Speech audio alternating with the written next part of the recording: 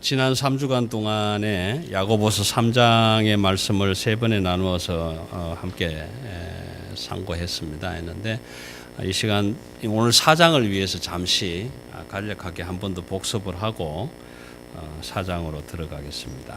오늘 4장 전체를 다 말씀을 드리지는 못하겠고 한 10절까지 좀 나누어서 말씀을 드리고 싶은데, 우리가 말을 할 때 3장의 요지는 그렇습니다. 말을 할 때 첫째 시작을 잘해야 된다.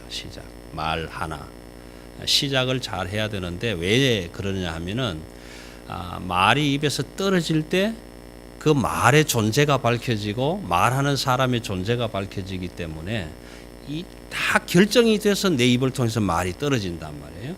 그러니까 말을 시작할 때 조심하고 주의 깊게 잘해야 된다. 두 번째는 말을 할 때 말투가 좋아야 된다. 같은 말이라도 말투가 이상하게 되면 그렇죠? 말투가 좋아야 된다. 뭐 좋아한다는 말도 그냥 좀 예쁘게 좋아한다 하면 이래 하면 되는데, 좋아하는 건지 미워하는 건지도 모를 만큼 얘기하면 이 말투가 이상해지면 서로의 이해가 달라지기 때문에 말투가 중요하다. 세 번째는 뭐냐 하면 말싸움이라고 그랬죠. 말싸움. 그래서 말의 시작이 잘못되고 어투가 좀 분명치 않아서 분명한 이해가 서로 간에 오고 가지 못하면 분쟁이 일어난다. 그래서 나라와 나라가 싸우고 형제가 싸우고 부모 자식 간에 싸우고 이런 일들이 일어날 수밖에 없다. 그렇게 말씀을 드렸고, 그래서 야고보 기자는 이렇게 얘기를 합니다. 미움, 다툼, 시기, 질투 이런 모든 것들은 땅에서 얻어지는 지혜일 수 있지만 우리가 말을 아름답고 예쁘게 인정하는 말, 사랑하는 말, 격려하는 말을 할 수 있다는 것은 위로부터 주시는 하나님의 지혜다. 그래서 제가 소피아라는 말씀을 드리고 로고스라는 말씀을 제가 드렸는데, 오늘 4장에도 역시 연결되는 내용이기는 합니다. 말 때문에 일어나는 싸움일 수도 있는데 오늘 야고보 기자는 4장에서 이야기하는 이 싸움은 조금 질적으로 다른 싸움의 이야기를 합니다. 자, 싸움 이 본문에 들어가기 전에 자, 한번 이런 질문을 한번 드려볼게요. 약 한 10억 정도 가진 사람과 10억 너무 많나요? 1억이 얼마인지도 잘 모르는데 10억 하니까 이상하네. 한 1억 정도 가지신 분과 자녀가 10사람 있는 분, 이 두 분 중에 과연 누가 행복할까? 1억을 가진 사람이 행복할까? 자녀가 10명 있는 사람이 행복할까라는 거예요. 여러분 생각은 어때요? 1억이면 행복하실 것 같아요? 예? 자녀가 10사람이면 행복할 것 같아요? 특별한 이유가 있으세요? 예. 좋아요? 집에 가시면 아이고 이놈의 새끼들아 이러시는 거 아니에요? 그러면서도 좋아요. 예.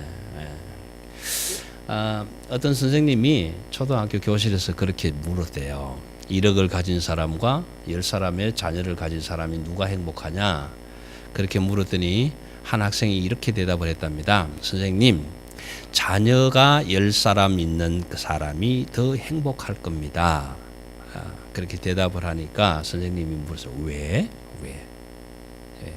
우리 김정숙 집사님은 그냥 행복하다 이렇게 하셨는데 왜라는 특별한 이유가 없으세요?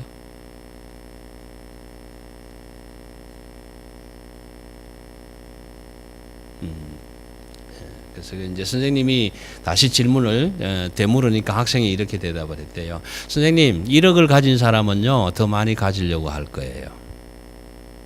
그런데 자녀가 10명 있는 사람은 더 이상 자녀를 원하지 않을 거예요. 이해가 되셨습니까? 그럼 행복이 뭐냐? 싸우지 않는 게 행복인 거죠. 그런데 행복이 뭐냐? 뭐라고 단적으로 표현할 수는 없겠지만 오늘 이 질문 속에서 말하는 대답은 더 원하는 것이 없는 사람이 행복하다. 더 바랄 것이 없는 사람이 행복하다. 더 가지지 않아도 되는 사람이 행복하다라는 거예요. 근데 이제 야고보서 4장에서 시작하는 이야기가 뭐냐 하면은 싸움과 다툼이 어디에서 일어나느냐? 욕심 때문이다. 그렇게 이야기를 하게 됩니다. 이 정욕이라고 표현을 하는데 사실 우리의 사고 속에는 정욕이라는 말이 좀 긍정적이지 않게 들려 있어요.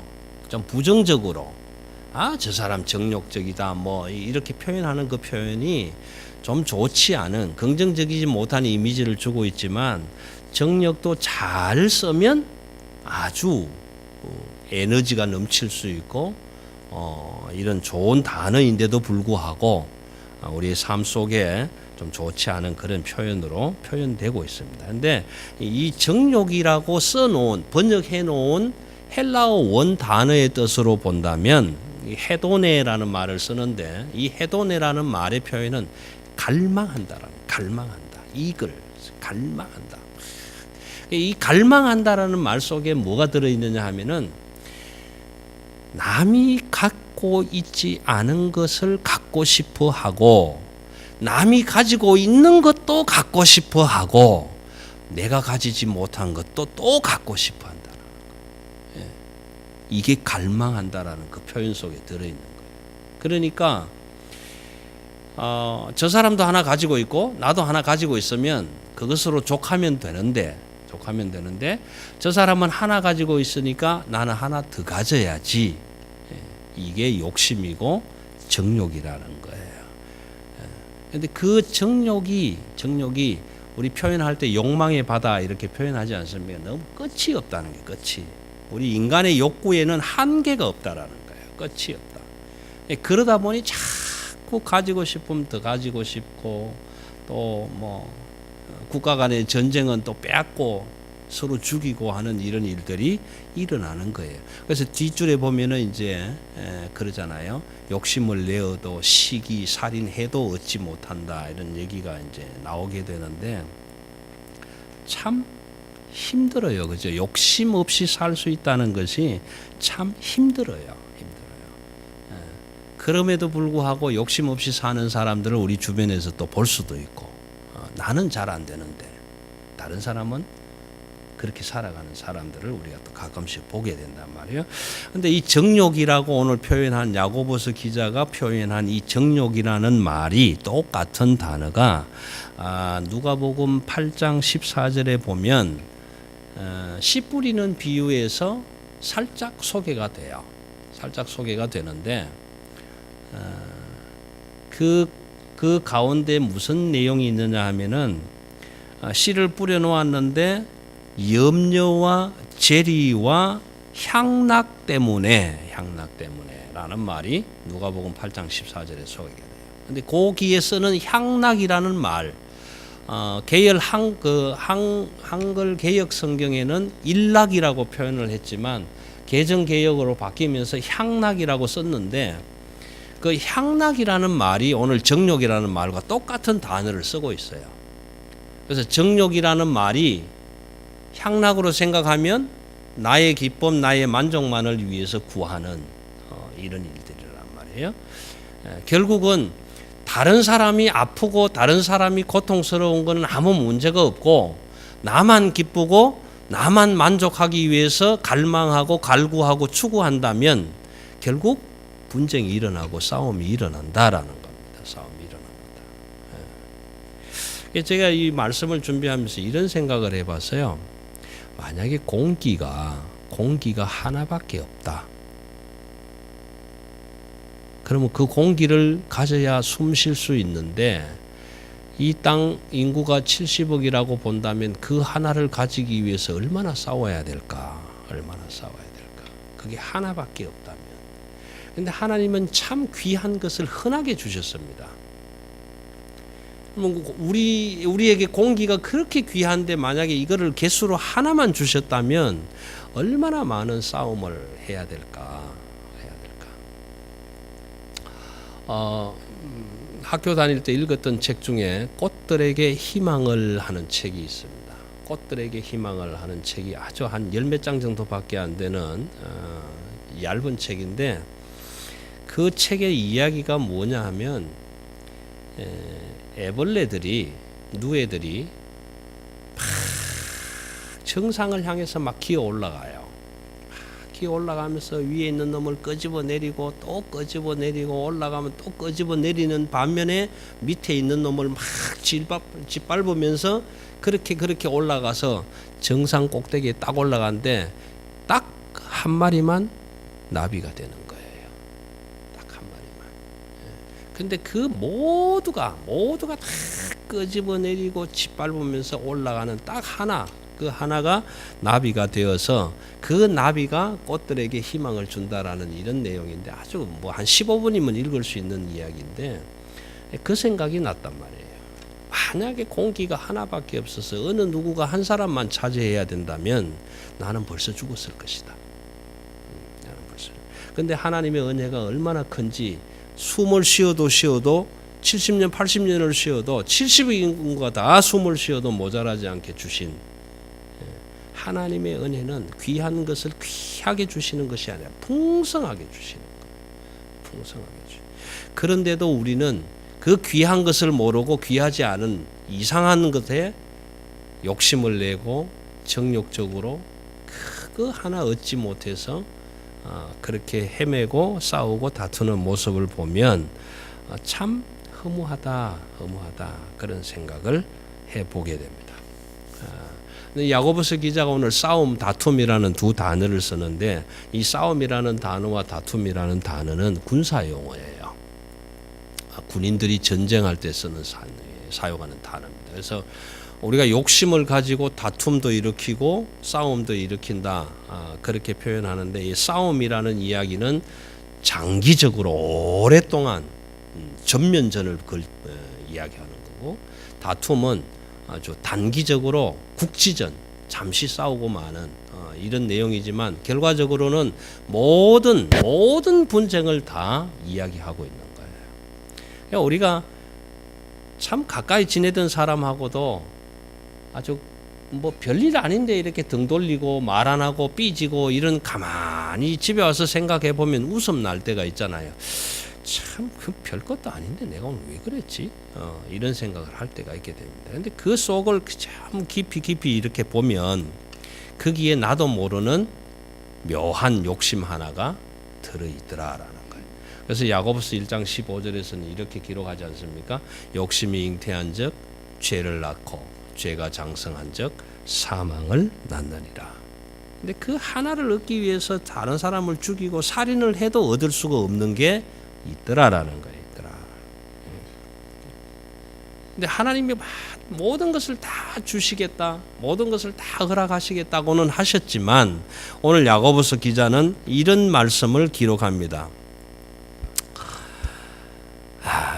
너희가 얻지 못하면 구하지 아니에요.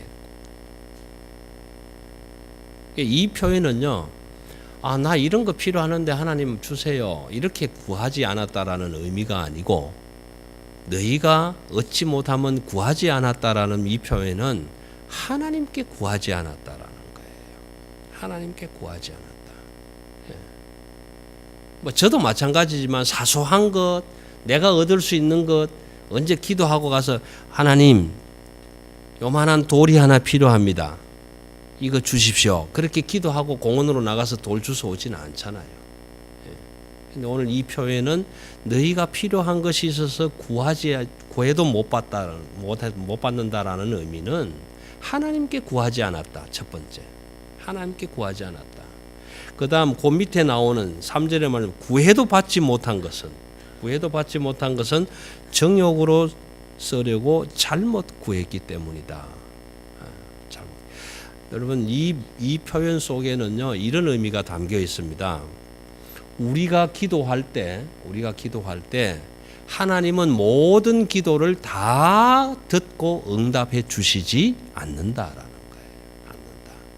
그럼 어떤 기도를 드려야 되냐? 하나님의 뜻에 합당한 기도.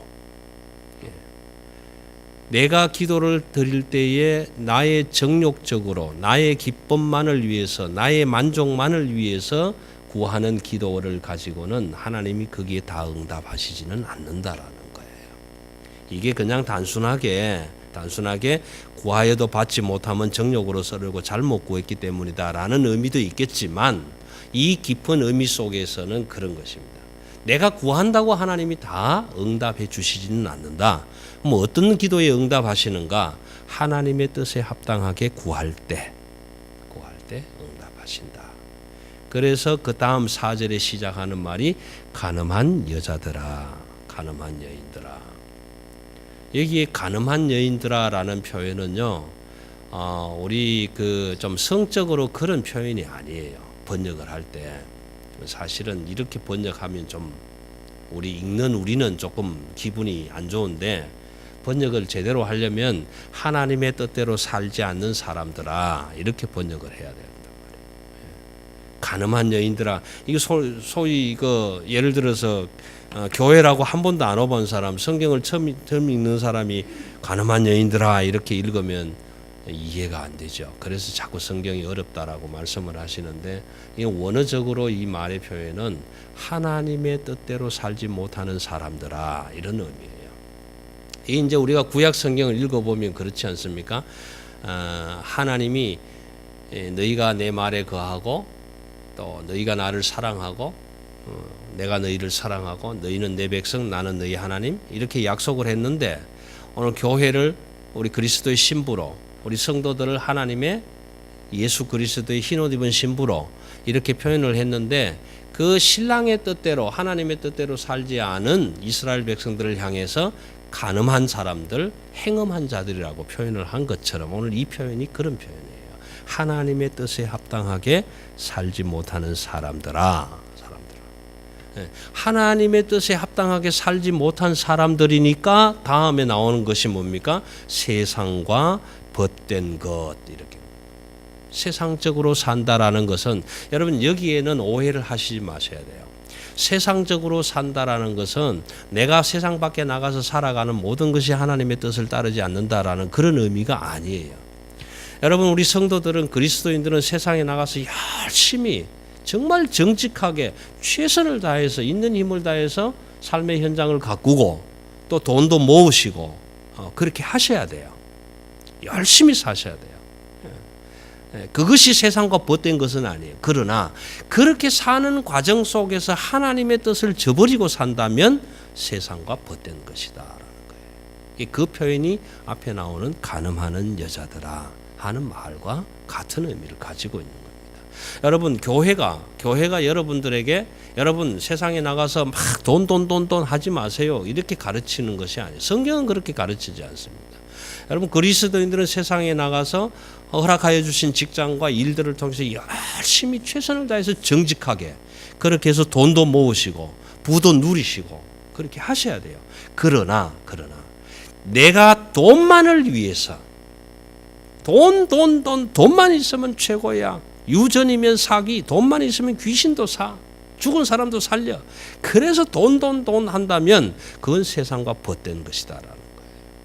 내가 이렇게 열심히 정직하게 부지런히 있는 힘을 다해서 내 직업을, 내 가정을, 내 기업을 경영하고 가꾸어 나가는 이 과정 속에서는 하나님께서 내게 주신 소명의 뜻이 있다. 이 일을 통해서 하나님의 뜻을 이루어 가야 할 책임이 내게 주어져 있다. 이것을 잊어버린다면 세상과 벗된 것이 된다라는 거예요. 여러분 이 말씀은 좀 이해를 깊이 하셔야 됩니다. 그래서 왜냐하면 그다음에 하나님과 원수됨을 알지 못하느냐. 그런즉 누구든지 세상과 벗이 되고자 하는 자는 스스로 하나님과 원수되는 것이. 이 말이 뭐냐 하면은요. 하나님은 우리의 신랑, 예수 그리스도는 우리의 남편, 우리는 그의 신부란 말이에요. 신부인데 내가 남편의 말을 따라서 남편을 바라보면서 살아가는 것이 아니라 등 돌리고 딴짓을 하게 되면 그 남편을 배반하는 것이 된다. 그러니까 우리가 하나님의 신부된 자리에서 남편된 예수 그리스도의 뜻을 따라서 합당하게 살지 않고 그냥 등 돌려서 세상 나가서 예수는 등 뒤에 내팽개치고 세상만을 위해서 따라간다면 곧 하나님과 원수된 자의 삶이 된다. 그런 이야기예요. 세상 나가서 돈 벌지 마라. 뭐 이런 이야기가 아니에요. 여러분 그리스도인들이 정직하게 열심히 최선을 다해서 부를 얻으시고 그 얻은 부를 가지고 하나님의 뜻을 합당하게 펼쳐 나가시면서 사셔야 그래야 된다라는 거예요. 근데 그렇지 못한 사람들을 바라보면서 오늘 그렇게 야고보 기자는 하나님의 뜻대로 살지 못하는 사람들아 너무 세상에 치우쳐서 세상만 하지 마라. 만약에 그렇게 한다면 그것이 하나님과 등 돌리는 삶이 되는 것이다. 그렇게 표현해 주고 있는 거예요. 그러면 5절은 더 좀 심한 겁니다. 5절에는 너희는 하나님이 우리 속에 거하게 하신 성령이 시기하기까지 사모한다 하신 말씀을 헛된 줄로 생각하느냐. 좀 해석하기가 난한 구절 중에 한 구절인데 이 말씀의 내용이 신랑과 신부의 관계를 의미하는 겁니다. 특별히 모세오경의 출애굽기, 신명기, 레위기 쪽을 읽어보시면 하나님은 질투하는 하나님이다. 그렇게 표현을 해요. 질투하는 하나님이다. 그 질투하는 하나님이다라는 것의 의미가 뭐냐 하면은 너희는 내 여자다 말이야. 내 신부다. 교회는 내 신부다. 성도들은 예수 그리스도의 신부다. 그런데 그 신부가 다른 남자를 쳐다보고 있다면 본 남편인 예수 그리스도 하나님은 시기 질투가 일어날 만큼 그럴 만큼 우리를 사랑하신다라는 뜻이에요. 다시 말해서 내가 하나님의 사랑을 입은 하나님의 신부가 되었는데 예수의 신부가 되고 예수 그리스도 나의 남편이 되었는데 내가 예수 그리스도를 남편으로만 여기지 않고 뭐 바알신을 찾아간다든지 이것을 간음한다, 음행한다 그렇게 얘기를 하는데 등 돌리고 돌아서는 여인을 바라보고 누가 질투가 일어나지 않겠냐 말이에요. 우리 세상 사는 인간 사이도 그렇지 않습니까? 결혼을 하고 안 하고를 떠나서 교제하는 남녀가 있는데 정말 이 사람은 내 사람이 될 거라고 생각을 하고 정말 정성을 다해서 마음을 다 주면서 교제했는데 어느 날 갑자기 보니까 딴 남자도 또 만나고 있더라. 그러면 이제 이렇게 되는 거죠. 그런 것처럼 하나님이 우리를 바라보시면서 하나님의 뜻에 합당하게 살지 않고 너무 세상적으로 되어가는 것을 보고 질투가 일어난다라는 거예요. 질투가 일어난다. 여러분 요걸 조금 더 설명을 해드리면 이런 겁니다. 나중에 이제 제가 레위기는 조금 이해가 되신다고 하니까 이제 민수기 쪽을 좀 말씀을 드리려고 하는데 민수기가 사실은 아주 재미있고 재미있는 이야기인데 이렇습니다. 이스라엘 백성은 신이 없었어요. 애굽에서 갇혀 있을 때 신이 없었단 말이에요. 그런데 그 당시에 모든 나라들은 다 신이 있어요. 자기 나라를 다스리고 지배해주는 신들이 있었단 말이에요. 그래서 어느 나라는 뭐 바알, 어느 나라는 몰렉, 어느 나라는 무슨 뭐 이런 다 자기 나름대로 신들이 있었단 말이에요. 그래서 나라와 나라가 싸우면은 예를 들어서 블레셋이 이겼다 그러면은 블레셋을 지키는 신이 이긴 거예요. 모압이 졌다 그러면 모압을 지키는 신이 이렇게 된 거예요. 진 거예요. 그러면 모압 신의 자리가 만약에 3번에 있었으면 이 바알 신에게 졌기 때문에 3번에 있는 만신전 자리에서 끄집어 내리고 바알 신이 위로 올라가는 거예요.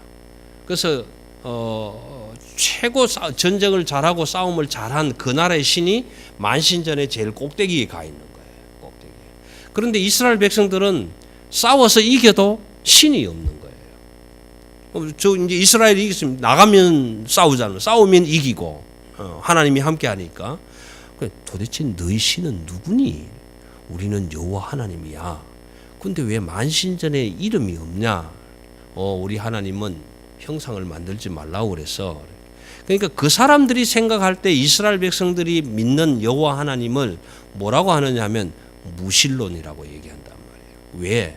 신이 없어. 형상이 없으니까 쟤들은 믿기는 믿는다고 하는데 만신전에 이름도 없고 형상도 없으니까 쟤들은 무신론인가 보다. 그렇게 생각하는 거예요.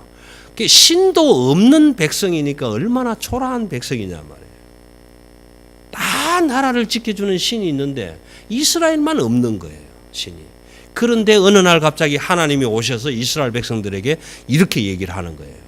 얘들아, 너희 지금 신이 없지? 예, 없습니다. 내가 너희의 신이 되어줄게. 그러니까 너희가 내 백성이 되어줘. 그러니까 두 분 다 신이 난 거잖아요. 이스라엘 백성은 신이 없다가 하나님이라는 신이 생기니까 신나는 거고, 하나님께는 백성이 없었다가 이스라엘이라는 백성이 생기니까 신나는 거예요. 그 계약 관계란 말이에요. 그러니까 이스라엘이 가는 데마다 이기고 가는 데마다 싸우면 이기는 거예요. 여러분, 이스라엘의 법궤가 다곤 신전에 갖다 집어넣어놨는데 아침에 자고 일어나니까 다곤 신의 팔이 부러져 있고 목이 부러져 있고, 야, 이 큰일 났다. 그 다음날 지나니까 전부 자빠져 있고 이제 이러니까 뭐라 그래요? 블레셋 사람들이 이 큰일 났다. 이거 빨리 돌려보내자. 이거 이 재앙이다. 그렇게 해서 법궤를 돌려보내잖아요. 신도 없고 형상도 없는데 나가면 싸우고 나가면 이기고. 그러니까 여리고성의 기생 라합이 뭐라고 고백합니까? 내가 들었는데 너희를 지키는 여호와 하나님은 엄청나다 하더라. 상천하지에 그런 신이 없다 하더라. 지금 우리 여리고성도 전부 지금 기죽어 갖고 있다. 그렇게 얘기를 하잖아요. 그러니 얼마나 그게 그 관계가 한번 생각해 보세요. 그런데 그런 관계를 맺어놨는데 이스라엘 백성이 등 돌리고 딴짓하니까 질투가 생긴단 말이에요. 질투가. 여호와 하나님은 질투하는, 안 빼앗기고 싶은 하나님이다. 너는 내 것이라 했으니까 나는 절대 안 빼앗기고 싶은데 네가 등을 돌리면 되니. 그러니까 질투가 난단 말이에요. 그런 질투하는 하나님이다. 그런데 이 이스라엘 백성들이 구하고 싶은 것이 있었는데 하나님께 구한 게 아니라 엉뚱한 바알 앞에 가서 구하고, 오늘 우리가 살아가면서도 하나님께 구해야 할 것을 그냥 인간적인 마음으로 자기가 스스로 다 자기가 하나님이 되어서 구해버리는 이런 일이 일어나고 있더라라는 거예요. 그래서 6절에 더 큰 은혜를 주신, 하나님이 우리에게 큰 은혜를 주시는데 그 큰 은혜가 뭔가? 은혜가 뭔가? 교만한 자는 물리치시고 겸손한 자에게는 은혜를 베푸신다라는 거예요. 이게 큰 은혜라는 거예요. 예. 교만한 자를 물리친다고 할 때에 물리친다라는 헬라어 단어도 전쟁 용어예요. 하나님 앞에서 교만을 떠는 사람들을 하나님이 그냥 볼 수가 없어서 전쟁 치듯이 싸움으로 물리쳐 버리신다는 거예요. 그러니까 우리는 하나님 앞에 교만을 가지고는 나갈 수가 없어요.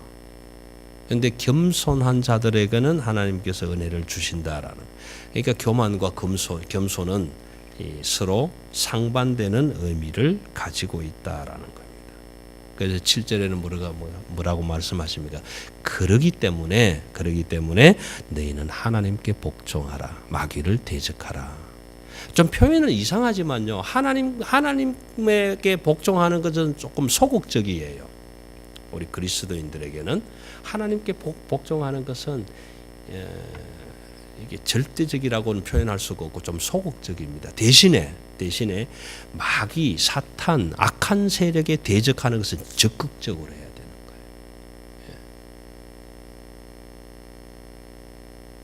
사탄을, 악한 세력을 물리칠 때는요, 이게 봐주면 안 돼요. 타협하면 안 돼요.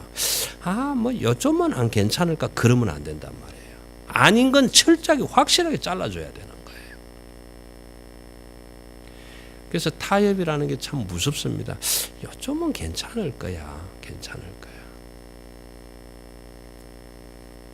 적극적으로 대처해야 돼요. 적극적으로.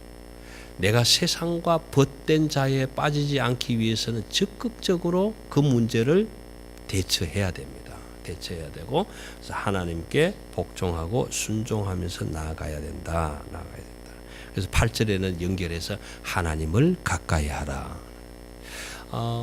제가 레위기를 말씀드릴 때 한번 그 말씀을 드렸다고 생각이 드는데, 하나님은 사랑이고 하나님은 거룩하시단 말이에요.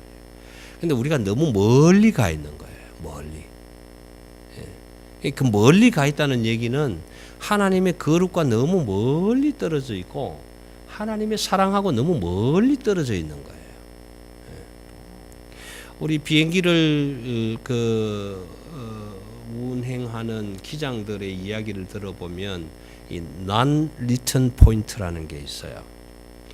예를 들어서 비행기를 이렇게 날아서 가야 되는데 뭔가 필요한 일이 있어서 되돌아와야 할 이런 일이 생겼을 때 그 지점이 있는데 그곳을 넘어서면은 되돌아올 수도 없다라는 거예요.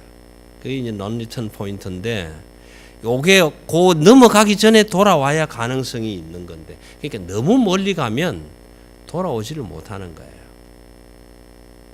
여러분 그런 장난 해보셨습니까? 겨울에 책가방 들고 학교 가다가 고무 떨어진 거 요만한 거 딱 줬잖아요. 주워서 이제 학교에 가게 되면 연탄불 화로 이래 피워놓잖아요. 그럼 애들을 다 불러놓고 얘들아 여기 와봐. 아침에 오다 내가 고무 하나를 딱 주었거든. 딱 이러고 쫙 탁 떨어지잖아요. 떨어지면 떨어진 쪽으로 딱 놓으면 고무가 팽 날아가고 저 친구 얼굴에 딱 갖다 때리고 하는지. 이 고무의 탄성 한계도 땡겨서 어느 정도 딱 지나면 돌아오는데 그 탄성 한계를 딱 넘어서면 놔도 안 돌아오는 거예요. 용수철도 마찬가지고. non-return 포인트라는 게. 우리가 지금 하나님은 거룩하시다, 하나님은 사랑이시다라고 말씀해 주셨는데 우리가 지금 사랑과 거룩하고는 너무 멀리 떨어져 있는 거예요. 예. 근데 하나님은 여기서 지금 돌아오라고 말씀하고 계시는 거예요. 그럴 때 돌아와야 되는 거예요. 메타노이아, 회개가 일어나야 되는 거예요. 쑥, 구약으로 쑥 돌아와야 되는 거예요. 그래야 겸손한 자리에 들어갈 수 있게 되고 하나님의 큰 은혜를 누리게 되는 거예요. 근데 하나님 조금만 더 가보고요. 조금만 더 가보고요. 그러면 딱 그 탄성 한계를 넘어서면 안 돌아옵니다. 돌아올 수가 없어요. 이 굉장히 큰 위험 수치란 말이에요. 이게 여러분 꼭 기억해요. 그래서 하나님을 가까이 하라. 가까이 하라는 이 의미 속에는 여러분 이런 게 있습니다. 길을 가다가 자빠져도 하나님 쪽으로 자빠져란 말이에요. 예. 이게 이제 우리 그 어른들 얘기하는 이제 수구초심이라는 건데 여우는 죽을 때에 자기가 태어난 굴이 있는 쪽을 보고 머리를 돌려놓고 죽는단 말이에요. 그 굴을 가지는 못하지만 내가 나온 굴이 어딘가 저쪽이구나 그러면 머리를 그쪽으로 돌려놓고 죽는다는 거예요. 그게 수구초심이라는 건데 여러분 우리 그리스도인들은 나온 바 본향이 하늘에 있기 때문에 자빠져도 하늘 쪽으로 자빠지시라고요. 세상 쪽으로 넘어지지 말고. 왜? 하나님을 가까이 해야 되니까. 지금 야고보 기자는 그 이야기를 해주고 그리하면 너희를 가까이. 이거 당연한 이야기 아니에요. 내가 넘어질 때 하나님 쪽으로 넘어졌으니 당연히 가깝죠. 반대로 일로 놓으면 당연히 멀어지는 거고. 그러나 그럼에도 불구하고 하나님은 큰 은혜를 주셔서 하나님 쪽을 향해서 넘어지는 사람들을 하나님께서 받으시고 더 큰 은혜를 주신다라는 거예요. 겸손한다는 의미는 여기에 있는 겁니다. 내가 겸손할 수 있다라는 것은 어떤 일이 있든지 간에 인간의 생각, 세상적인 생각, 다른 쪽으로 생각하고 가는 것이 아니라 하나님 쪽으로 방향을 돌리고 생각하는 거예요. 이게 겸손이라는 거예요. 겸손이 어려운 거 아닙니다. 거룩한 것이 어려운 게 아니라고요. 그저 하나님 쪽으로 한 발자국 가면 되는 거예요. 어제 피곤하셨죠? 힘드셨죠? 아침에 일어나면 또 주일이네? 또 교회 가야 되네? 큰어머 교회 또 가야 돼? 그냥 지게로 한 짐 지고 꼭 사형장에 끌려가는 것 그렇게 오시더라도 그럼에도 불구하고 그래도 가야지. 하나님이 기다리시는 그곳인데 가야지. 그렇게 오시는 그 걸음이 겸손인 거예요. 근데 어떤 분들은 어떻게 아이고 오늘 너무 피곤하네. 오늘 하루만 쉬자. 그러면 하나님 반대쪽으로 넘어가는 거예요. 하나님을 가까이 하라. 그리하면 너희를 가까이 하시리라. 그 다음 죄인들아 손을 깨끗이 하라. 여기 손을 깨끗이 하라라는 의미 속에 모든 행함이 들어있는 거예요. 깨끗이 하라.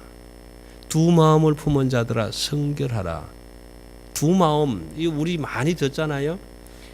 샘물이 어찌 한 구멍에서 단물과 샘물을 낼 수 있으며 어찌 종이 두 주인을 섬길 수 있겠는가. 두 두 마음. 기도할 때 두 마음은 어떤 마음요? 바닷물에 떠 있는 배가 흔들리는 것처럼 요동하는 마음이다. 요동하는 마음이다. 두 마음. 이리 갈까? 저리 갈까? 결혼식을 갈까? 예배를 갈까? 낚시를 갈까? 교회를 갈까? 골프를 칠까? 아니면 이 두 마음. 그 두 마음 가운데서 어느 쪽으로 기울어진다? 하나님 쪽으로 넘어지자. 기왕 넘어지면. 어떤 그리스도인들은 회식이 있다고 그러면 항상 그러잖아요. 항상 면허증을 들고 간다. 어떤 그리스도인들은 항상 면허증을 들고 간다. 왜?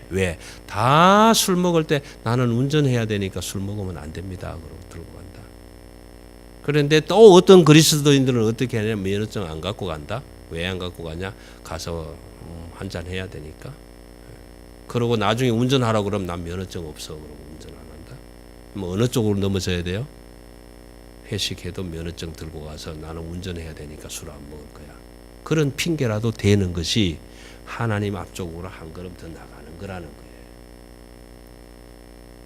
사실 별것 아닌데. 자, 그 다음 중요합니다. 9절.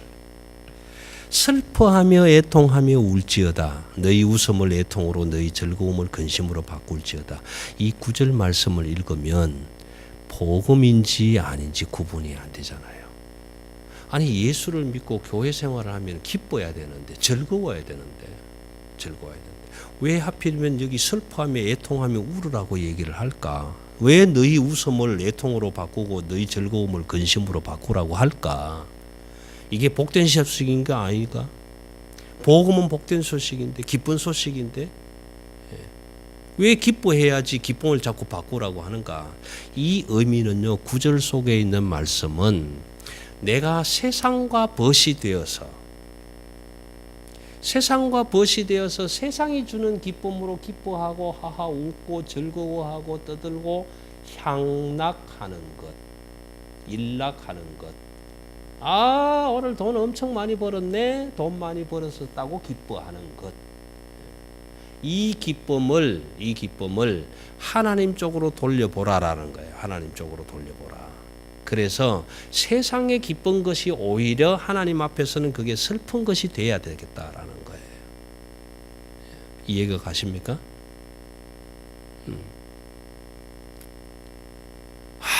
나는 세상에서 직장도 좋아, 돈도 잘 벌어, 아들도 출세해, 떵떵거려, 남 부럽지 않아. 그 기쁘고 즐겁고 이제 먹고 마시고 놀자 즐거워할 수 있어요. 근데 세상적으로는 그렇게 기쁠 수 있어요. 그런데 그것을 하나님 앞을 향해서 한번 바라보라. 그래서 하나님의 뜻대로 생각해 보면 그것이 오히려 기쁨이 아니라 슬픔이 돼야 될 거다 이 말이에요. 그래서 마지막 10절에 주 앞에서 낮추라. 여기 낮추라 하는 말은 앞에 나오는 겸손이라는 말과 똑같은 단어예요. 주 앞에서 낮추라. 그리하면 주께서 너희를 높이시리라. 하나님을 가까이 하라. 그리하면 하나님도 너희를 가까이 하시리라. 같은 맥락으로 가는 거예요. 그래서 오늘 이 분쟁이라는 것은 가정에서든 어디에서든지 내가 먼저 겸손하고 내가 먼저 하나님 쪽으로 조금만 더 기울어지면 분쟁을 멈출 수도 있고 다툼을 멈출 수도 있는데 그렇지 못하면 계속 싸워야 돼요. 어디까지요? 살인하기까지 싸워도 얻을 수가 없다라는 겁니다. 오늘 이 분쟁은 말다툼하고는 조금 다른 차원의 분쟁이지만 우리가 하나님 앞으로 한 걸음 한 걸음 더 가까이 나아가서 겸손해질 때 하나님의 뜻에 따르려고 힘쓰고 애쓸 때 분쟁이 샬롬으로 바뀌어지는 역사가 여러분의 가정에 일어나시기를 소원하고 우리 교회를 통해서 이 지역사회 안에 이런 하나님의 평화를 이루어가는 하나님의 역사를 만들어 가시는 주의 일꾼 되시기를 부탁합니다. 기도하겠습니다.